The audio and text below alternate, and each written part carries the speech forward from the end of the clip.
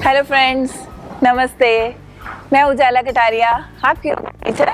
आप देख रहे हैं योगा लाइफ। आज के इस वीडियो में हम बात करेंगे साइटिका पेन के ऊपर। देखिए, जो साइटिका पेन है, बहुत सारे लोग जो हैं वो इस प्रॉब्लम को फेस कर रहे हैं। साइटिका असल में होता क्या है? हमारे बॉडी के अंदर एक साइटिका नर्व होती है। जब उस नर्व में किसी तरह का कोई इश्यू आ जाता है, कोई प्रॉब्लम आ जाती है, तो साइटिका पेन स्टार्ट होती है। साइटिका नर्व जो है हमारी रीढ़ की हड्डी के नीचे वाले भाग से शुरू होते हुए पीछे से हमारे हिप में, हमारी थाई में, फिर हमारे काफ मसल्स में और नीचे पैर तक जाती है। इसमें पेन आने के रीज़न्स क्या है? बहुत सारे रीज़न्स हैं। कई बार कोई इंजरी हो जाती है, कोई एक्सीडेंट हो जाता है, या हमारे बैठने का पोस्चर सही नहीं रहता है, बहुत ज़्यादा हैवी वेट उठाने से भी ये इशू शुरू हो जाता है। तो हर बंदे का जो एक्सपीरियंस है वो अलग है। और हो सकता है साइटिका पेन जब नर्व में कोई प्रॉब्लम आती है तो वो दर्द हमारी लोअर बैक से लेके पूरा पैर तक जाता हो, या हो सकता है किसी अलग अलग बॉडी पार्ट पे वो दर्द रहता हो सकता है हिप में रहे, या थाई में रहे, या लोअर लेग में रहे। तो उस चीज़ से क्या होता है, एक नमनेस, एक झुंझुनाहट जिसको बोलते हैं कि पैर सो रहा है, एक नमनेस से आनी शुरू हो जाती है। इस वजह से जो स्लिप डिस्क जैसा प्रॉब्लम है वो भी साथ में ऐड हो जाता है। इन दोनों का आपस में थोड़ा सा रिलेशन है। तो जब ये प्रॉब्लम हम फेस करते हैं तो हमारा अच्छे से चल पाना भी मुश्किल हो जाता है, कहीं अच्छे से सीधा पोस्चर में बैठ पाना भी मुश्किल हो जाता है। कई लोगों का तो ये एक्सपीरियंस रहा है कि इस पेन के दौरान अपने बच्चों को गोद में पकड़ना, उठाना तक भी उनके लिए बहुत मुश्किल हो जाता है। तो आज मैं कुछ ऐसे आसन्स आपके साथ डिस्कस करूँगी जो साइटिका पेन के कम करने के लिए और विद इन अ टाइम, थोड़े टाइम के साथ साथ इस दर्द को हम ख़त्म भी कर सकते हैं। देखिए, हर चीज़ जो है, अगर आपकी प्रॉब्लम बहुत ज़्यादा है, पहले आप अपने डॉक्टर के साथ कंसल्ट ज़रूर करें। इस चीज़ को करने से पहले मैं यही रेकमेंड करूँगी, ठीक है। ये जो आसन्स हैं ये डेफिनेटली इस प्रॉब्लम को कम करने में आपको काफ़ी रिलीफ मिलेगा, ये पक्की बात है। तो थोड़ी प्रिकॉशंस की बात भी करते हैं कि जब साइटिका का इशू होता है तो हमें थोड़ी सी क्या सावधानियां रखनी होती हैं। देखिए, खासकर जो हम सीधा खड़े होके आगे झुकते हैं या सीधा बैठ के आगे झुकते हैं, जिसमें गर्दन को पूरा आगे किया जाता है, वो थोड़े पोस्चर्स, वो थोड़े आसन अवॉइड करें। उससे क्या होगा, वो पेन और ज़्यादा बढ़ेगा। थोड़ा हैवी वेट उठाना, उसको थोड़ा अवॉइड करें, थोड़ा अपने बैठने का पोस्चर सही करें। ये सब चीज़ें हैं और अपने डॉक्टर के साथ कंसल्ट ज़रूर करें। तो चलिए, हमारा पहला आसन है जिसका नाम है अधोमुख शवासन, डाउनवर्ड फेसिंग डॉग। चलिए, डाउनवर्ड फेसिंग डॉग करने के लिए, जैसे मैं तो वज्रासन में ऑलरेडी बैठी हूँ, अगर आपको डायरेक्ट इसी में जाना है या फिर आप इस तरह सुखासन में बैठे हैं, तो इसमें डायरेक्टली हमें कैसे जाना है, बहुत कंफर्टेबल है। आप इस तरह पहले कैट पोज में आएंगे, टेबल टॉप पोजीशन में आएंगे, ठीक है। इसमें पोस्चर देखना बहुत ज़रूरी होता है। जो हमारे हाथ हैं वो कंधों के नीचे आ जाएं, ठीक है, और हाथों में गैप भी कंधों जितना हो जाए। हमारी जो नीज़ है वो हिप के नीचे आ जाएं और हिप जितना गैप होना ज़रूरी है। इतना पोस्चर ले लिया। अभी यहाँ से अपने टोस को टक इन करेंगे, अंदर की तरफ करेंगे, और अपने पैरों पर वज़न डालते हुए अपनी नीज़ को उठाना है और अपने पूरे पैर को ज़मीन पे लगाने की कोशिश करनी है। ये पोस्चर हमें रखना है। देखिए, ये पोस्चर जब करना है, बहुत ज़्यादा ज़ोर लगाने वाली इसमें कोई बात नहीं है। हमारे जो टोज़ हैं और हील्स हैं वो बहुत अच्छे से वेल ग्राउंडेड हैं फ्लोर के साथ, और हाथों में वज़न है। बहुत ज़्यादा आगे की तरफ वज़न नहीं डालना है हमें, अपने हील्स पे अपना वज़न शिफ्ट करते हुए। और जो आपके कान हैं वो आपके बाइसेप के बीच में रहने चाहिए इस तरीके से, और आपको अपनी नीज़ की तरफ या अपने टोज़ की तरफ देखना है। इस पोस्चर में आप नॉर्मल ब्रीदिंग रखें, सांस को रोकने की ज़रूरत नहीं है। जितना हो सके नॉर्मल ब्रीदिंग, या आप डीप ब्रीदिंग भी कर सकते हो। कितनी देर रुकना है ये आप पे डिपेंड करता है, जितना आप कंफर्टेबल फील करें, या 10 सेकेंड, 20 सेकेंड, ठीक है। कोशिश करिएगा ये पोस्चर ना हो, पंजे पे नहीं रहना है, हमें अपनी एड़ी को भी ज़मीन के साथ लगाना है। इस तरह और उसके बाद जितना आपसे रुका जाए उतना रुकिए। फिर अपने नीज को नीचे ड्रॉप करके टेबल टॉप पोजीशन में आएंगे, पैरों को फ्लैट कर देंगे। अगर आप यहाँ पे रुकना चाहते हो तो रुक भी सकते हो, थोड़ी देर रुकिए, उसके बाद यहाँ पे दोबारा वापस आइए। मैं सीधा करके बताऊंगी। उसके बाद हमें ये आसन करना है, भर्जारी आसन, कैट एंड कैमल पोज। उसमें क्या रहेगा, नीज में उतना ही गैप है, पैरों में भी उतना ही विथ गैप ही रहेगा, हाथों की पोजीशन भी एज इट इज रहेगी। यहाँ पे सांस लेते हुए आपको अपनी चिन को अप करना है, आसमान की तरफ देखना है, और जो रीढ़ की हड्डी है उसको नीचे की तरफ किया, जो पेट है वो फ्लोर की तरफ आएगा, इस तरह से। ठीक है। फिर सांस को छोड़ते हुए धीरे धीरे, कुछ लोग क्या करते हैं, जब सांस छोड़ते हैं तो खुद भी ऐसे पीछे चले जाती हैं। पीछे नहीं जाना है हमें कोई पोजीशन चेंज नहीं करना है, सिर्फ अपनी स्पाइन की मूवमेंट है उसको करना है। सांस भरते हुए ऊपर देखना है, रीढ़ की हड्डी नीचे, सांस छोड़ते हुए चिन को चेस्ट की तरफ लेके आएंगे और राउंड शेप लेके आना है अपनी बैक में। सांस भरते हुए ऊपर, बहुत धीमी गति के साथ, कोहनियाँ सीधी रहेंगी। सांस छोड़ते हुए चेंज, यस। फिर सांस लेते हुए ऊपर, सांस छोड़ते हुए पोजीशन चेंज, सांस लेते हुए ऊपर, ब्रीद आउट। एक आखिरी बार, breathe in, breathe out. Very nice. उसके बाद यहाँ से अगर किसी को नीज का कोई इशू नहीं है, नीज में कोई दिक्कत नहीं है, तो वो शीशांक आसन में ज़रूर जाएं। अगर आपकी नीज में किसी तरह की कोई बहुत ज़्यादा पेन है और प्रॉब्लम है तो शीशांक आसन आप मत करिएगा।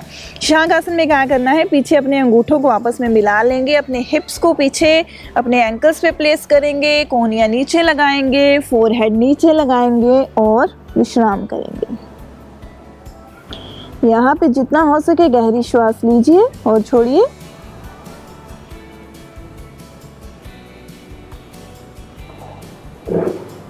और फिर हमें यहीं से अपने पेट के बल लेट जाना है, बहुत ही धीमी गति के साथ, इस तरीके से। कोई भी जब आसन करना है तो जर्क नहीं लगाना चाहिए, झटका नहीं देना है, हमें स्मूथली हर आसन में बड़े आराम से जाना है और बड़े आराम से ही वापस आना है। अब यहाँ से हम प्रैक्टिस करेंगे सर्पासन, स्नेक पोज। ये पर्सनली मेरा एक्सपीरियंस रहा है। जो साइटिका वाले पेशेंट मेरे पास जिन्होंने इस प्रॉब्लम को लेके वो आए थे, ये आसन उन्हें बहुत हेल्प कर रहा है, इस प्रॉब्लम को दूर करने में उन्हें काफ़ी रिलीफ मिलता है। तो सर्पासन बहुत ही अच्छे से करना है और उतना ही करना है जितना आपका शरीर आपको इजाज़त देगा, आपको अलाउ करेगा। सर्पासन करने के लिए बेसिकली करना क्या होता है, हमें अपने टोज को पीछे आपस में टच करके रखना है इस तरह से, या फिर लिटिल बिट गैप, थोड़ा सा गैप रख सकते हैं आप अगर आपको कंफर्टेबल नहीं है जोड़ के। उसके बाद चिन आपकी फ्लोर के ऊपर है, आपको अपने हाथों को इस तरह अपनी कमर पे ले जाना है, एक हाथ से दूसरे हाथ की कलाई को पकड़ना है, या कलाई पकड़ लो, ऐसे नहीं अच्छा लगता, कंफर्टेबल नहीं लगता, आप अपने हाथों की उंगलियों को इस तरह इंटरलॉक करते हुए मुट्ठी को बाहर की तरफ रखना है। इस तरीके से भी आप जो पोस्चर है वो ले सकते हो। उसके बाद अभी गर्दन नीचे है, कंधे नीचे हैं, चेस्ट नीचे है। सांस लेते हुए धीरे धीरे धीमी गति के साथ अपने फेस को अप करेंगे, फिर अपनी चेस्ट को अप करेंगे और जितना पॉसिबल हो सके अपने हाथों को खींच के रखेंगे इस तरीके से। ठीक है, यहाँ पे सांस रोकना नहीं है, नॉर्मल ब्रीदिंग के साथ बने रहिए। पैर टच करना कंफर्टेबल नहीं है, थोड़ा बहुत गैप, और जितनी देर इजीली रुका जाए रुकिए। फिर सांस धीरे धीरे छोड़ते हुए ब्रीद आउट, नीचे की तरफ आए। ये आसन कम से कम आप 3 बार करिए, 10 सेकेंड या 20 सेकेंड रुकते हुए। मैं 2 बार करके दिखा देती हूँ, आपको 3 बार करना है। फिर से स्टार्ट करते हैं। ब्रीद इन, सांस लेते हुए। अगर हाथ ऐसे भी नहीं रखा जाता कोई बात नहीं, आप नीचे रख लो, बस थोड़ा सा स्ट्रेच करके रखना उसको। यस, और फिर धीरे धीरे सांस छोड़ते हुए हमें नीचे आना है। वेरी नाइस, ये हो गया। उसके बाद अगर आप रुकना चाहते हो तो इस तरह से पैरों में गैप लेके हाथ चिन के नीचे रख के थोड़ा सा विश्राम करिए। विश्राम में हमेशा गहरी सांसें लेनी है, गहरी सांसें ही छोड़नी है। अपने नाक से मुंह का यूज नहीं करना है। हमारे अगले आसन का नाम रहेगा शलभ आसन, जिसे हम लोकस्ट पोज भी बोल देते हैं। लोटस नहीं, लोकस्ट। लोटस पोज पद्मासन होता है।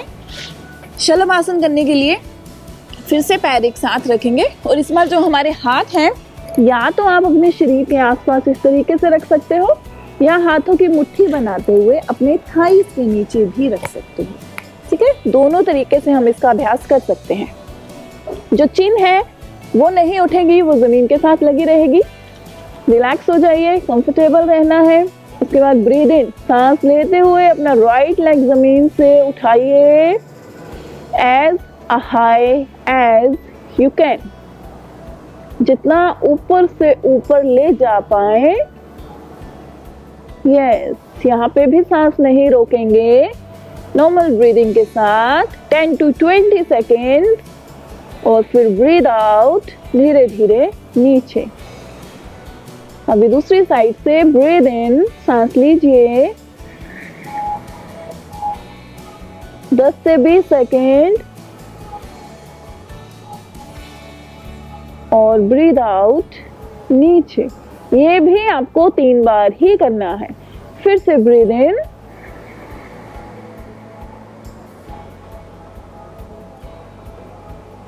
नॉर्मल ब्रीदिंग के साथ रहना है।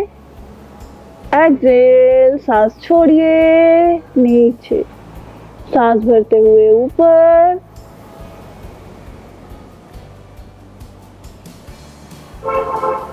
सांस छोड़ते हुए नीचे। ठीक है, आपको इसका 3 बार अभ्यास करना है। धीरे से हाथों को बाहर निकालिए, फिर चिन के नीचे ले आइए, यहाँ पे रेस्ट करें।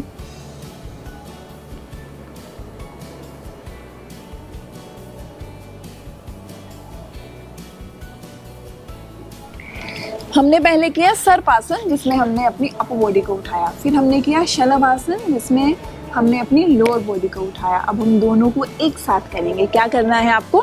अपने हाथों को इस तरह साइड पे रखना है। अपने थाइस जो हैं, आउटर थाइस जो है आपके, उसके पास रखना है। एक साथ अपना अपर लोअर बॉडी दोनों को उठाना है और कोशिश करिएगा चेस्ट उठी हो जमीन से और पेट का जो नीचे वाला हिस्सा है, आपका नेवल वाला पार्ट है जो, वो जमीन पे रहे। उस पे हमें अपना बॉडी वेट थोड़ा सा शिफ्ट करना है। हो सकता है आपको थोड़ा मुश्किल लगे, आप 5 सेकेंड प्रैक्टिस करो, 10 सेकेंड करो, इससे ज़्यादा नहीं होता है, कोई बात नहीं। पैनिक नहीं होना है, रिलैक्स होके हर चीज़ करनी है। हमें अपनी प्रॉब्लम को ठीक करना है, बढ़ाना नहीं है। चलिए स्टार्ट करते हैं। इसे भी सांस भरते हुए धीरे से इस तरीके से बाजू खींची हुई पीछे की तरफ, सामने देखना है, सांस नहीं रोकना है, रिलैक्स। और उसके बाद धीमी गति से नीचे जाइएगा। Breathe out, breathe out, breathe out. देखिए, एक चीज़ मैं आपको बताना चाहूँगी अभी। जैसे कि बोला जाता है कि सांस लेते हुए शुरू करें, तो आपका वो जो सांस लेने का टाइम है और पोस्चर में जाने का टाइम है वो बराबर का होगा तो बहुत बढ़िया होगा। कई बार क्या होता है, अभी जैसे सांस लिया, सांस तो यही खत्म होगी लेते लेते, पोस्चर में बाद में पहुंचे, और फिर जब छोड़ते हुए नीचे आना है, यहाँ पे छोड़ के खत्म हो गया और नीचे बाद में पहुंचे। ऐसा नहीं होना चाहिए। थोड़ा सा कोशिश करो, ब्रीदिंग जो सांस है और बॉडी का जो पोस्चर आना जाना है वो एक साथ रहे। जितना टाइम सांस लेने में लो उतना टाइम ऊपर आने में लो, जितना सांस लंबा छोड़ो उतना ही टाइम नीचे जाने में लो। इन दोनों को थोड़ा सा आपस में मिलाने की कोशिश करेंगे, इस पे भी वर्क करेंगे। चलिए एक बार और करके दिखाती हूँ। फिर हाथ पीछे, धीरे से ब्रीद इन करते हुए आराम से। यस, यहाँ पे नॉर्मल ब्रीदिंग 5 से 10 सेकेंड या 20 सेकेंड। और उसके बाद ब्रीद आउट धीरे धीरे।